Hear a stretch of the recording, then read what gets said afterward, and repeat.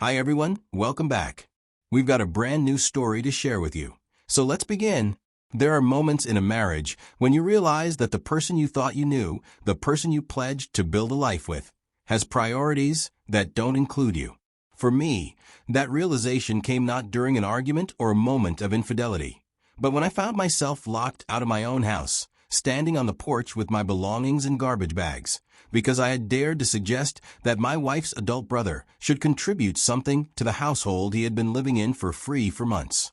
Amanda and I had been married for 8 years when we had this issue, and I'll be honest, our marriage was already showing cracks that probably should have been addressed years earlier. We weren't in crisis, exactly, but we weren't thriving either. We had fallen into the kind of routine that many couples experience after the initial excitement wears off, where daily life becomes more about managing responsibilities than nurturing the relationship that brought you together in the first place. The small arguments had become more frequent over the past 2 years. Disagreements about money, household chores, how to spend weekends, and whose turn it was to deal with various family obligations. But these minor conflicts felt heavier than they should have, weighted down by an underlying tension that neither of us seemed able to address directly. We had stopped having the kind of conversations that resolve issues and instead settled into a pattern of surface-level politeness punctuated by occasional irritation. Our physical intimacy had also declined significantly. What used to be natural and frequent had become sporadic, like another item on a to-do list rather than an expression of genuine connection. We still shared a bed, still went through the motions of being affectionate, but there was a distance between us that felt more pronounced with each passing month. I had started to feel like Amanda wasn't really hearing me when I spoke. It wasn't that she was openly disrespectful, but rather that she seemed to approach our relationship as if my role was to support her decisions rather than to be an equal partner in making them. This dynamic had been building slowly, and I hadn't fully recognized how much it was affecting my sense of connection to our marriage. Into this already fragile situation, we had Tyler, Amanda's younger brother, come into the mix. At 28, Tyler had never held a steady job for more than 6 months, had a history of impulsive decisions and financial irresponsibility, and seemed to view family members as a safety net rather than relationships that required mutual respect and consideration. Tyler showed up at our door on a rainy Thursday evening, carrying 2 duffel bags and wearing the expression of someone who expected to be rescued.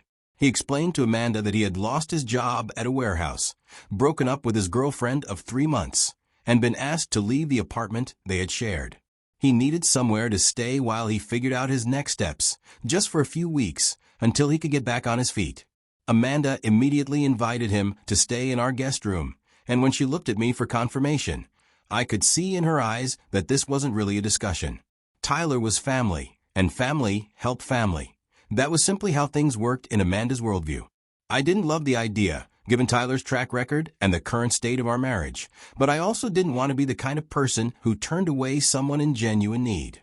I agreed to let Tyler stay temporarily, emphasizing the word temporarily, and suggesting that we should establish some basic expectations about his contributions to the household and his timeline for finding new employment. Amanda nodded along with these suggestions, but I could tell she thought I was being unnecessarily harsh about someone who was already dealing with enough stress and disappointment. The first week of Tyler's stay was relatively uneventful. He spent most of his time in the guest room or on our couch, claiming to be applying for jobs online and recovering from the emotional drain of his recent setbacks. Amanda was attentive and sympathetic, bringing him meals, doing his laundry, and engaging in long conversations about his plans for the future. I tried to be supportive while maintaining some emotional distance, reminding myself that this was a temporary situation. By the second week, a pattern was beginning to emerge that made me uncomfortable. Tyler would sleep until I was off to work, spend the afternoon watching television or playing video games on his phone, and then be most active in the evening when Amanda came home from work. He would greet her enthusiastically, share stories about his day that seemed to involve very little actual job searching, and engage her in conversations that often lasted until bedtime. I started noticing that our grocery bills were increasing significantly. Tyler had a healthy appetite and expensive tastes, preferring brand-name products and specialty items that we normally bought only occasionally. He also consumed large quantities of food, often finishing leftovers that Amanda and I had planned to eat later, or snacking on ingredients I had bought for specific meals. The utility bills were also rising. Tyler kept the guest room warm, took long showers, and left lights on throughout the house. He had installed several apps on our smart TV and was streaming content constantly, which was affecting our internet speed and monthly data usage. These weren't enormous expenses individually, but they added up to several $100s a month that we hadn't budgeted for. When I mentioned these increased costs to Amanda, she brushed off my concerns, suggesting that we could afford the temporary expense, and that it was more important to help her brother during a difficult time than to worry about a few extra dollars on utility bills. She reminded me that Tyler had always been generous when he had money, and that families support each other through tough periods without keeping score. I tried addressing the situation with Tyler directly, asking casual questions about his job search and whether he had any promising leads. His responses were always vague. He was waiting to hear back from several applications, or networking with people in his field, or taking some time to figure out the right direction for his career. When I offered to help him review his resume or connect him with people in my professional network, he thanked me but never followed up on these offers. After a month of this routine, I decided to have a more direct conversation with Tyler about his plans and timeline. I found him in the living room one Saturday afternoon, watching a movie on our television while eating lunch that consisted of expensive deli meat and cheese I had bought for our dinners that week. I asked him how the job search was going and whether he had any specific prospects that might lead to employment soon. Tyler gave me the same vague responses he always did, but this time I pressed for details. Had he actually submitted applications? Did he have interviews scheduled? What was his realistic timeline for becoming self-sufficient again? Tyler became defensive, suggesting that I didn't understand how competitive the job market was, and that rushing into the wrong position would be worse than taking time to find the right opportunity. He implied that my series of questions were stressing him out and potentially hindering his ability to present himself well to potential employers. That evening, I asked Amanda to sit down with me for a serious conversation about Tyler's situation. I explained that I had been patient and supportive, but that Tyler didn't seem to be making genuine efforts toward independence. I pointed out the increased expenses, the lack of concrete progress in his job search, and the fact that a few weeks had turned into more than a month with no clear end in sight. Amanda's response was to defend Tyler and minimize my concerns. She insisted that he was trying his best in a difficult situation, that job searching was stressful and time-consuming, and that it was unreasonable for me to expect immediate results. She suggested that I was being selfish and unsympathetic, prioritizing money over family loyalty. This conversation revealed a fundamental disagreement about boundaries and expectations that I hadn't fully understood before Tyler's arrival. Amanda seemed to believe that family members should be supported indefinitely without conditions or accountability, while I believed that help should come with reasonable expectations about effort and progress toward independence. As Tyler's stay extended into the third month, I began feeling like a stranger in my own home. I would come back from work to find Tyler and Amanda laughing together in the kitchen, sharing conversations that would pause awkwardly when I joined them. Tyler had positioned himself as Amanda's confidant and entertainment, filling a role in her daily life. Amanda's attention and emotional energy were increasingly focused on Tyler's needs and moods. She would come home from work and immediately check on how his day had gone, whether he was feeling optimistic about his prospects, and what she could do to support his efforts. Our own conversations became shorter and more superficial, often interrupted by Tyler's needs or relegated to brief exchanges about practical matters. I started to understand that Tyler wasn't just freeloading financially. He was also monopolizing Amanda's emotional availability in a way that left little space for our marriage. She was more animated and engaged when interacting with him than she had been with me in months, and I realized that his presence was highlighting just how distant and disconnected our relationship had become. After the third month of this arrangement, I made a decision to start pulling back from supporting Tyler's lifestyle. I stopped buying the expensive groceries he preferred, began turning off lights and adjusting the thermostat when he left them running, and declined to cover costs that were directly related to his presence in our home. I didn't announce these changes, but I also didn't go out of my way to hide them. Tyler noticed these changes quickly and began making comments about the reduced availability of his preferred foods and the less comfortable temperature settings in the house. Amanda also noticed and asked me about it, leading to several tense conversations where I explained that I was willing to provide basic shelter, but not to subsidize Tyler's lifestyle indefinitely. The confrontation came on a Tuesday afternoon in early June. I had just returned from a particularly long day at work when Tyler approached me in our kitchen, where I was preparing dinner. Tyler asked me directly why I had stopped covering his personal expenses and why I seemed to be making his stay uncomfortable. He pointed out that Amanda had told him he was welcome in our home, and he couldn't understand why I was treating him like an unwelcome guest rather than family.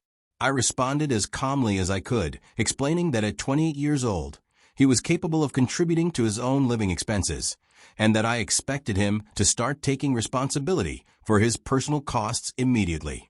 I told him that I had been patient and supportive for months, but that my patience had limits, and those limits had been reached. Tyler's reaction was immediate and angry. He accused me of being controlling and unwelcoming, suggested that I was trying to come between him and his sister, and implied that Amanda deserved better than a husband who was unwilling to help family members in need. He said he was going to tell Amanda about our conversation and let her know how I had treated him. I told Tyler that he was free to discuss our conversation with anyone he wanted, but that my position wasn't going to change. He was an adult, and if he wanted to continue living in our home, he needed to start acting like an adult by contributing financially and making genuine progress toward independence. That evening, Tyler had his conversation with Amanda, presenting his version of our discussion in a way that made me sound unreasonable and hostile. Amanda was upset when she approached me about the situation, accusing me of being cruel to her brother during an already difficult time in his life. I tried to explain my perspective, pointing out that Tyler had been living in our home for months without contributing financially or making serious efforts toward employment. I reminded Amanda that we had originally agreed to help him temporarily, and that the temporary had stretched far beyond any reasonable timeline. Amanda dismissed my concerns and told me that I needed to be more understanding and patient. She said that family came first, and that Tyler needed our support more than we needed the small amount of money his presence was costing us. She made it clear that she expected me to apologize to Tyler and return to covering his expenses without complaint. This conversation ended with both of us frustrated and angry, and I realized that Amanda had fundamentally chosen Tyler's comfort over my concerns about our marriage and household. She was more worried about his feelings than mine, more interested in his needs than in the health of our relationship. The next day, I came home from work to find myself locked out of my own house. My clothes and personal belongings had been packed into garbage bags and left on the front porch, along with a note from Amanda explaining that I didn't apologize to her brother for being mean. So I needed to think about how I was treating her brother and what kind of husband I wanted to be. I knocked on the door and could see Amanda inside through the front window. When she came to the door, I asked her to let me in so we could discuss the situation like adults. She refused, telling me that she wanted me to understand what it felt like to be unwelcome in a place where you should feel safe and supported. The irony of her statement was overwhelming. She was making me feel unwelcome in my own home to teach me a lesson about making Tyler feel unwelcome, apparently not recognizing that I had been feeling unwelcome in my own marriage for months due to her brother's presence and her prioritization of his needs. I called the police, hoping they could help me gain access to my own home, but the responding officers explained that this was a civil matter rather than a criminal one. Since nothing had been stolen and I hadn't been physically threatened, they couldn't force Amanda to let me back into the house. They suggested I contact a lawyer. I spent that night in a hotel room, using the time to think clearly about my situation for the first time in months. Amanda had literally chosen her brother over me, going so far as to lock me out of my own home rather than ask Tyler to contribute financially or make genuine efforts toward independence. She had prioritized his comfort over our marriage, his feelings over mine, his needs over our relationship. The next morning, I called an attorney I had worked with on some business matters to discuss my options for regaining access to my home. He explained that we could probably get a court order requiring Amanda to let me back into the house. As the attorney was explaining the legal process for addressing my immediate housing situation, I realized that I didn't want to fight for access to a home where I wasn't wanted, or to continue a marriage where I wasn't prioritized. I asked him to refer me to a divorce attorney instead of pursuing the court order. He connected me with another family law attorney who specialized in divorce proceedings. When I met with the divorce attorney that afternoon and explained the situation, she was amazed that Amanda had locked me out of our marital home over a disagreement about her brother's freeloading. She confirmed that Amanda's actions were legally problematic and would work in my favor during divorce proceedings. I authorized her to prepare divorce papers immediately. I had spent months trying to address Tyler's presence through reasonable discussions and compromise, and Amanda had responded by choosing him over me in the most dramatic and hurtful way possible. I was done trying to save a marriage where I clearly wasn't the priority. Amanda was probably expecting me to come back and beg for forgiveness, to promise to be more welcoming to Tyler and more supportive of her family loyalty. Instead, she was served with divorce papers 4 days after locking me out of the house. According to the divorce attorney, Amanda's reaction was complete shock. She had never imagined that her actions would lead to the end of our marriage. The divorce process was relatively straightforward once it became clear that I was serious about ending the marriage. Amanda initially tried to fight the proceedings, suggesting that we could work through our problems with counseling and compromise. But I had already moved past the point where I believed our fundamental incompatibilities could be resolved through discussion. During the months that the divorce was being processed, something interesting happened that validated every concern I had raised about Tyler. Amanda finally began to see her brother's behavior clearly, without the filter of family loyalty that had blinded her to his manipulation and selfishness. Tyler had taken money from Amanda without asking. When she discovered the missing money and confronted him, Tyler claimed he had intended to pay it back before she noticed, and that he had needed it for job interview expenses and professional clothing. But Amanda's investigation into Tyler's supposed job search revealed that he had been lying about his efforts for months. He hadn't submitted applications to any of the companies he claimed to be considering, hadn't attended any interviews, and had actually been spending his days playing online games and socializing with friends who were also unemployed. The final straw came when Tyler was arrested for shoplifting at a department store.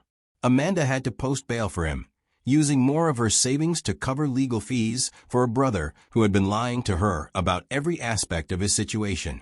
By the time our divorce was finalized, Amanda had asked Tyler to leave her house and had begun to understand that I had been trying to protect our marriage and our finances from someone who viewed family relationships as opportunities for exploitation rather than sources of mutual support. A few weeks after our divorce became official, Amanda sent me a text message apologizing for how she had handled Tyler's situation and acknowledging that I had been right about his lack of genuine effort and his manipulation of her family loyalty. She admitted that our marriage had problems that went beyond Tyler's presence, but that she had been blinded by a misguided sense of family obligation that prevented her from seeing his behavior clearly. Amanda also expressed hope that we could maintain some kind of friendship or positive relationship post-divorce, suggesting that we had shared too much history to become complete strangers. She seemed to believe that her acknowledgement of her mistakes and Tyler's true character would somehow repair the damage that had been done to our relationship. My response was polite but firm.